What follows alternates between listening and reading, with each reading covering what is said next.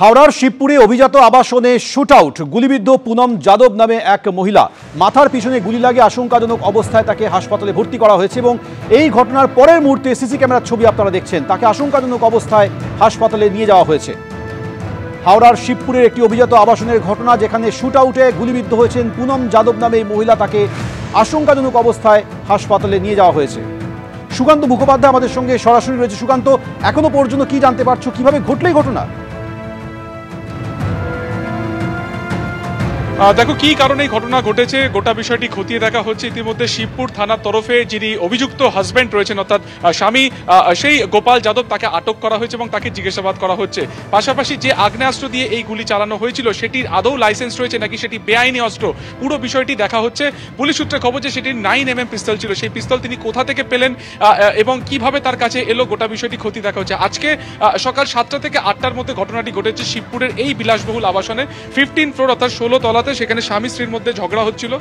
সেই সময় যেটা প্রতিবেশীরা যেটা পুলিশকে বয়ানে জানিয়েছে যে আচমকায় তারা গুলির শব্দ শোনেন এবং তারা যখন দেখেন ততক্ষণে তারা দেখতে পান যে পুনম যাদব অর্থাৎ স্ত্রী, তার মাথার ঠিক পিছন দিকে গলগল করে রক্ত বেরোচ্ছে এবং সেই অবস্থাতে তাকে নিচে নিয়ে আসা হয়। ঠিক রিসেপশনে যে গ্রাউন্ড ফ্লোর রয়েছে তার পাশের একটি কাঠের চেয়ারে তাকে বেশ কিছুক্ষণ বসিয়ে রাখা হয় এবং তারপরে তাকে সঙ্গে সঙ্গে প্রথমে হাওড়ার একটি হাসপাতালে নিয়ে যাওয়া হয় এবং তারপর সেখান থেকে তাকে কলকাতা CMRI-তে ট্রান্সফার করা হয়েছে।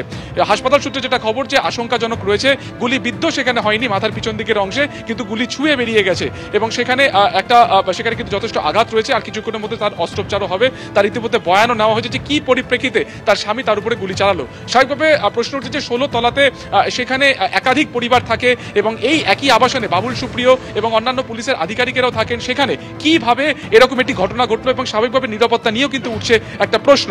ফলত এই যে ঘটনাটি ঘটেছে, অর্থাৎ স্বামী তার স্ত্রীকে উদ্দেশ্য করে যে গুলি চালালো, তার নেপথ্যে সম্পর্কগত কোনো জটিলতা নাকি অন্য কোনো কারণ, গোটা বিষয়টি দেখা হচ্ছে। তার পাশাপাশি এই 9mm পিস্তল তার কাছে এলো কিভাবে, সেটি আদৌ কোনো বৈধ কাগজপত্র ছিল? যদি বৈধ কাগজপত্র না থাকে তাহলে সেক্ষেত্রে কিন্তু নিরাপত্তা নিয়ে একটা বড়সড় প্রশ্নচিহ্ন থেকে যাচ্ছে যে এই যদি বেআইনি অস্ত্র হয় তাহলে সেটা তার কাছে পৌঁছলো কি করে। এবং এই গুলি চালানোর নেপথ্যে একটা যেটা মনে করা হচ্ছে যে সেটা কি তাহলে শুধুমাত্র রাগের বশত হয়েছে নাকি কোনো পূর্ব পরিকল্পনা বশত তিনি তার স্ত্রীর উপর আক্রমণ করেছেন। ঘটনার সময় তাদের যে একমাত্র সন্তান, তিনি ঘরে ছিলেন না। সেই সন্তান তখন ওপরের দিকে তার একজন আত্মীয়ের ফ্ল্যাটে ছিল। স্বাভাবিকভাবে গোটা ঘটনাকে কেন্দ্র করে একাধিক তথ্য সামনে আসছে।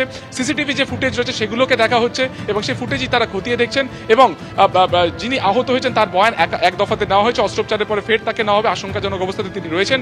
অন্যদিকে স্বামী যিনি রয়েছেন, অর্থাৎ গোপাল যাদব, যিনি পেশা একজন ব্যবসায়ী, বিহারের যিনি আদপে বাসিন্দা, গত 3 বছর ধরে তিনি এখানে রয়েছেন, তারও বয়ান কিন্তু অত্যন্ত গুরুত্বপূর্ণ। তার বয়ানও কিন্তু একই কারণ নেওয়া হচ্ছে যে কেন তিনি তার স্ত্রীকে উদ্দেশ্য করে গুলি চালিয়েছেন। আমি এই উইংয়েই থাকি, অপরতলায়। আর বি উইংয়েতেই হাওড়ার একজন উচ্চপদস্থ পুলিশ অফিসারও থাকে। তো আমাদের সোসাইটিতে যথেষ্ট সংখ্যক ওয়াচম্যান আছে, রাউন্ড দ্য ক্লক সার্ভেলেন্স থাকে, CCTV আছে। তো শিবপুর থানা একদম পাশেই। তারা সকাল থেকে এখানে রয়েছে, নানা রকম সবাইকে জিজ্ঞাসাবাদ করছে, CCTV ফুটেজ চেক করছে।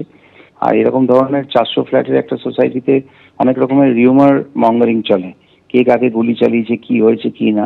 রিউমার মঙ্গারিং যাতে না হয়, পুলিশকে যাতে তার কাজ করতে দেওয়া হয়, ভিড়ভাট্টা যাতে না হয়, সেটা আমি বলেছি। এবং আরেকটা ব্যাপার হচ্ছে রিভলভারের লাইসেন্স ছিল কি ছিল না, বাড়ির ভেতরে থেকে গুলি চলেছে না বাইরে থেকে কেউ এসেছিল, এগুলো পুলিশ যতক্ষণ না পর্যন্ত একটা কনক্লুশনে পৌঁছেছে বা যতক্ষণ তাদের ইনভেস্টিগেশন রয়েছে ততক্ষণ এই ধরনের কোনো রকমের কথা বলা উচিত না বা রিউমার মঙ্গারিংও করা উচিত না। যেটা মূল এই মুহূর্তে আমার যেটা আমাদের সকলের যেটা আমরা আশা করছি যে ভদ্রমহিলা খুব ক্রিটিক্যালি ইনজিওর্ড, যেন ওনার প্রাণটা বাঁচে।